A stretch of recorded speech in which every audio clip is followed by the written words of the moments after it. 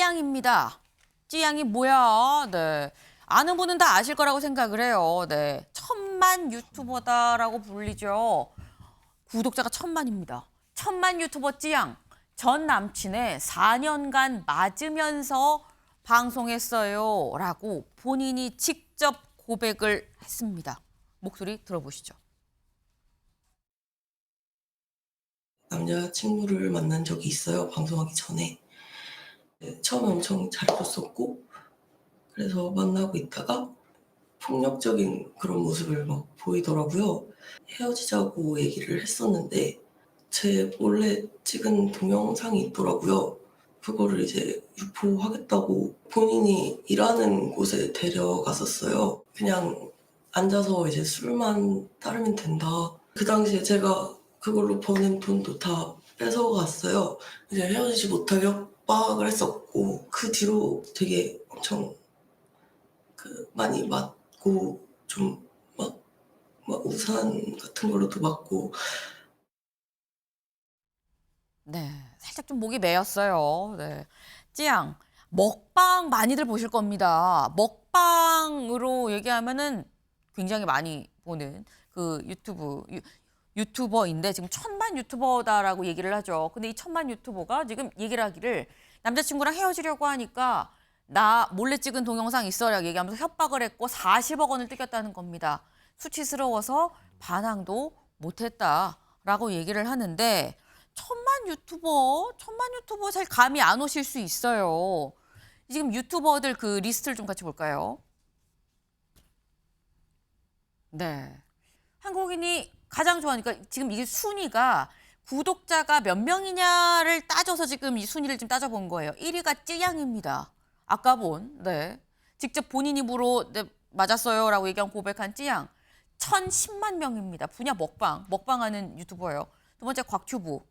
여행, 햄지 먹방, 힙합 먹방, 빠니보틀 여행. 여행과 먹방 유튜브를 굉장히 많이들 보죠. 근데 그중에 단연 1위, 1000만이 넘는 구독자를 가진 찌양인데 지금 보시는 바로 저런 모습입니다. 나 저거 봤는데? 예, 저렇게 굉장히 맛있게 많이 먹는 저 사람이 아까 잠깐 보셨던 목이 메였던 그 찌양이죠. 근데 알고 보니까 맞으면서 40억을 뺏겼다라고 지금 얘기를 해요. 근데 이게 사실 임세훈 의원님 굉장히 저희가 1000만 유튜버다 얘기하는 이유가 영향력이 굉장히 큰 인플루언서라는 얘기인 거거든요. 근데 이렇게나 사회적으로 영향력이 큰 인플루언서인데 한 명한테 강압적인 지배를 받고 있었다? 처음에 이 기사 나오고 혹시 믿으셨으면 전 지금 가짜 뉴스인가 했었거든요. 저도 사실 그 찌양 유튜버를 몇 번 본 적이 있었어요. 아, 직접? 네. 근데 실제로 많이 본 분들이 많으실 겁니다. 그러니까 1000만이라면 아까 말씀하신 것처럼 네. 잘 모르겠지만 뭐 소위 말하면 진보 유튜버에서 가장 많은 구독자를 자랑하는 그 김어준의 뉴스 공장도 200만이 안 됩니다. 근데 뭐 5배 이상의 영향력이 있는 거 아니겠습니까? 예를 들면 숫자만 보면요. 네. 근데 저게 항상 발랄하고 뭐 이렇게 구독자도 많다 보니까 뭔가 경제적인 이득도 굉장히 많을 것이고요. 그럴 그쵸. 줄 알았더니 데이트 폭력을 사실상 당한 거 아닙니까? 근데 그래서 제가 신기해 찾아보니까 그 외에 이 지금 밝히기 전에도 이렇게 영상이 보면 이렇게 맞은 흔적들이 그동안 있었더라고요. 그래서 뭐 이렇게 반창고를 붙인다던가 등등의 일도 있었었는데 네. 매우 안타까운 것이죠. 저렇게 유명한 분들도 그 데이트 폭력 혹은 한 명에 의해서 저렇게 되는 게 전 남녀 불문하고 좀 매우 지양돼야 되는 지점이고, 그리고 찌양도 본인이 영향력이 있는 사람인 만큼 오히려 초기에 이걸 좀 대응을 했으면 어땠을까. 왜냐면 그게 좀 시간이 길었던 것 같아요, 보니까요. 제가 잘은 모르지만. 네. 조금 초기에 대응을 해서 이거 좀 재발을 하지 말았어야 됐고, 그리고 본인의 영향력만큼 이런 일은 다시 일어나면 되지 않겠다, 안 해야 된다라는 걸 좀 캠페인처럼 알렸으면 조금 더 좋았을 것 같다라는 생각이 들고, 그리고 또 아프시니까 조금 빨리 쾌유가 되기를 좀 기원하고 싶습니다. 네. 지금 임세훈 의원님 말씀 중에 나왔죠. 사실 지금에 와서 저 고백이 나오고 난 다음에 보니까 지금 바로 보이는 바로 저 모습처럼 곳곳에 이렇게 크게 뭐 파스 같은 걸 붙이기도 하고요. 곳곳에 멍자국이 있었던 게 이제 와서 보니 그때 그래서 그런 거야 라는 얘기가 지금에 와서 나오고 있다는 겁니다. 근데 지금 말씀하신 것처럼 조금 더 일찍 이걸 공개하고 다 같이 좀 문제를 해결하고 오히려 이렇게 이러시면 안 됩니다라는 어떤 사회적 각성도 같이 주면 좋았을 텐데라는 말씀을 하셨는데 다음 기사를 좀 볼까요? 보복이 두려워서 처벌 요구 못하는 교제폭력 찌양도 피해자였다. 사실 아까 찌양이 직접 얘기를 했죠. 동영상을 가지고 협박을 했다라고 얘기를 합니다. 그리고 또 이제 찌양이 직접은 아닌 찌양 측의 변호사, 찌양 측에서 얘기하기로는 심리적으로도 좀 지배를 받았다라고 얘기를 해요. 근데 지금 이게 진짜 무서운 게 성재준 의원님.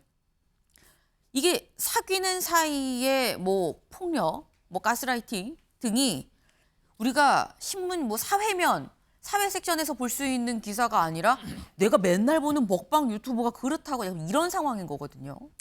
그렇죠. 그리고 쯔양 씨 같은 경우는 특히나 이제 그 전 남자친구였다라는 분으로 인해 가지고 과거가 좀 책잡힐 만한 그런 거를 좀 강제적으로 당한 게 네. 있었습니다. 뭐 예를 들어서 이 전 남자친구라는 분이 또 실장 역할을 했다라는 거잖아요, 술집에서.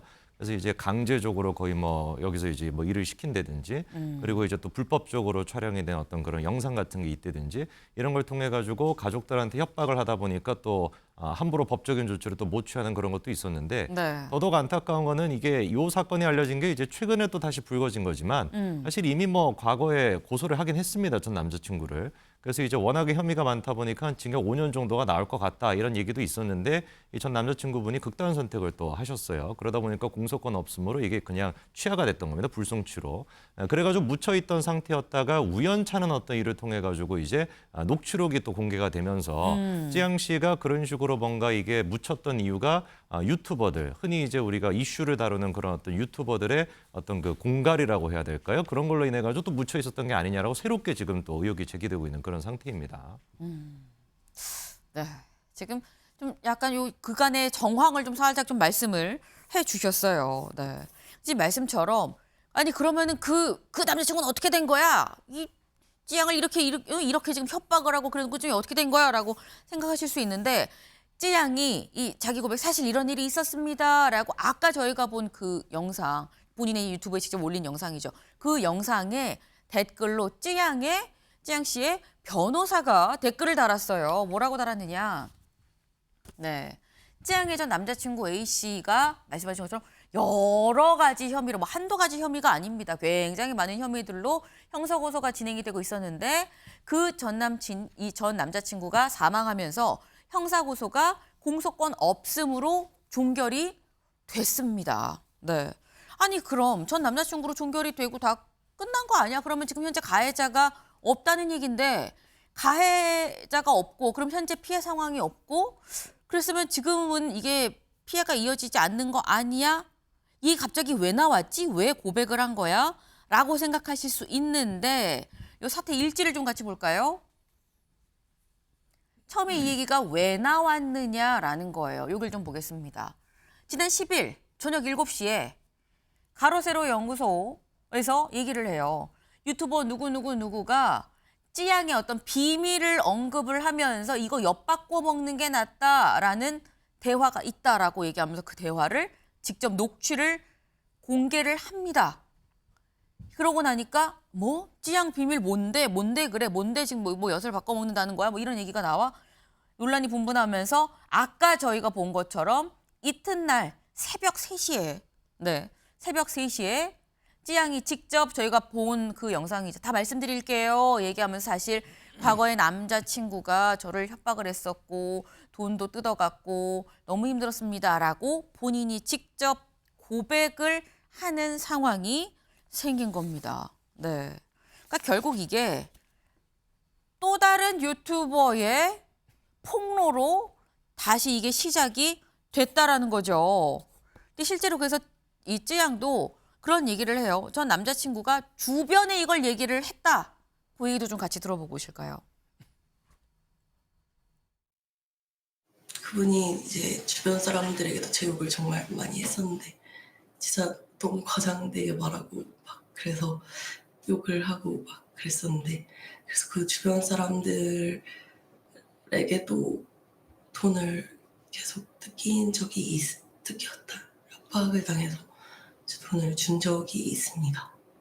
그래서 한 2억 넘는 돈을 계속 넣은 것 같아요. 가족에 대한 막 가족 죽여버리겠다고 협박, 직원들에게까지 막 그렇게 해가지고 네, 찌양이 얘기를 하죠. 전 남자친구가 주변에 나에 대해서 다 얘기를 막 하고 또 과장해서도 막 얘기를 하고 그래서 그걸 가지고 도리어 협박을 하는 사람들이 있었고 그래서 돈도 2억 원 정도 뜯겼다. 뭐 죽인다 막 이런 협박을 하는 경우도 왕왕 있었다라고 얘기를 합니다. 근데 지금 이 처음에 이 폭로가 가세연에서 나와서 시작이 됐다고 했는데 거기서 얘기한 건 이런 의혹을 지금 제기를 하고 있어요. 네.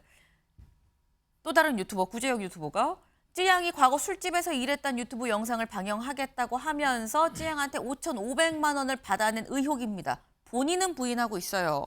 그리고 또 다른 유튜버 전국진 이 5,500만 원 구제혁이 받은 거 아니냐라고 의심되는 이 5,500만 원 중에 일부를 나눠 가진 의혹입니다. 그리고 또 다른 유튜버 카라큘라. 네.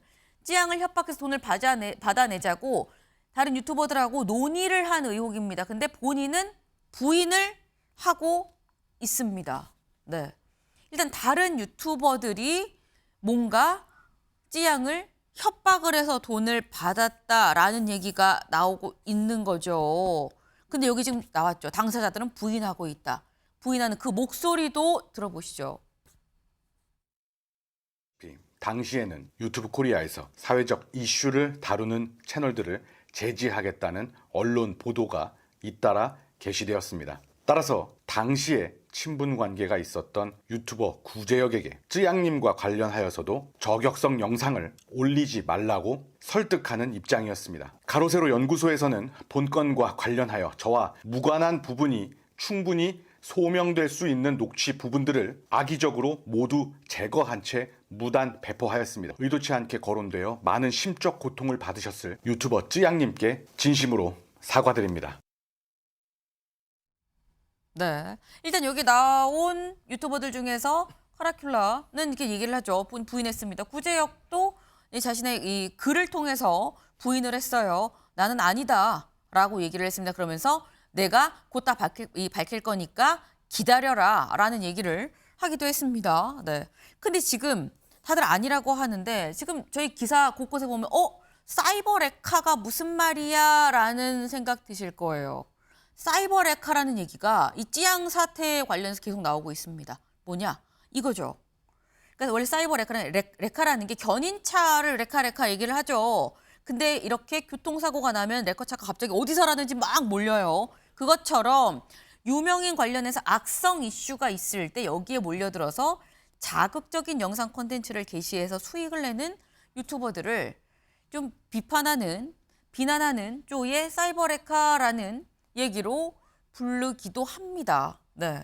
지금 처음에 가세연이 이걸 폭로를 하고요. 가세연이 폭로한 내용이 다른 유튜버들이 이 천만 유튜버인 이찌양을 또 이렇게 괴롭혔어. 돈을 갖고 갔어. 라고 얘기를 해요. 그러다 보니까 자꾸 사이버 레카 얘기가 나오는데 이게 지금 일단 뭐 당사자들은 부인을 하고 있긴 합니다만 윤영걸 대표님. 네. 이걸 폭로한 가세연도 어떻게 보면 뭐 사이버 레카 아니야라는 비난의 댓글이 있긴 하더라고요. 지금 이게 무슨 상황이냐. 이게 우리가 어느 지점부터 잘못된 거냐라는 생각이 들 수 있습니다. 그러니까 이 사건은 크게 두 가지로 볼 수 있죠. 하나는 쯔양이라는 천만 유튜버가 전 남친한테 4년간 40억을 협박당해서 뜯긴 거죠. 네. 그게 사건이 하나가 있고 또 하나는 그거를 알고 그 약점을 잡아서 그걸 돈을 뜯은 유튜버가 사이버 레카가 우리가 고속도로에 보면은 레카차들 출동 대기하고 있다가 사고 나거나 차 서면은 맞아. 그냥 그 차선까지 막 거꾸로 들어가서 출동하잖아요. 그것처럼 사이버 레카가 이 범죄 행위죠. 우리나라에 보면 남의 약점을 갖고 뜯어먹고 사는 사람이 수십만이 되는 것 같아요. 제가 기업 있을 때도 보니까 기업에 뭐 약점 생기면은 네. 그 거의 공갈 언론 이런 쪽이 광화문 이순신 장군부터 시작해서 시청역까지 거의 줄 세워도 될 정도로 그렇게 많아요. 이 사람들도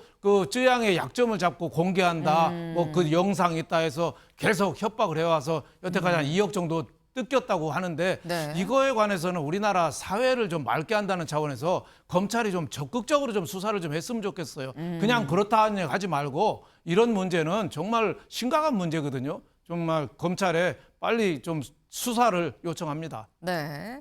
뭐 모든 레카차가 다 뭐 문제가 있다라는 건 아닙니다. 다만 일부 그런 레카차가 있어서 뭐 사이버 레카라는 얘기까지도 나오는 거기 때문에 그 부분도 좀 같이 감안을 하시고, 더불어서 윤 대표님 말씀하셨죠. 요번에 검찰이 제대로 좀 수사해서 요번 찌양 사태를 계기로 뭔가 기준이 정립되고 정화가 될 수 있어야 되지 않겠느냐라는 말씀에 저도 한 표를 좀 보탭니다.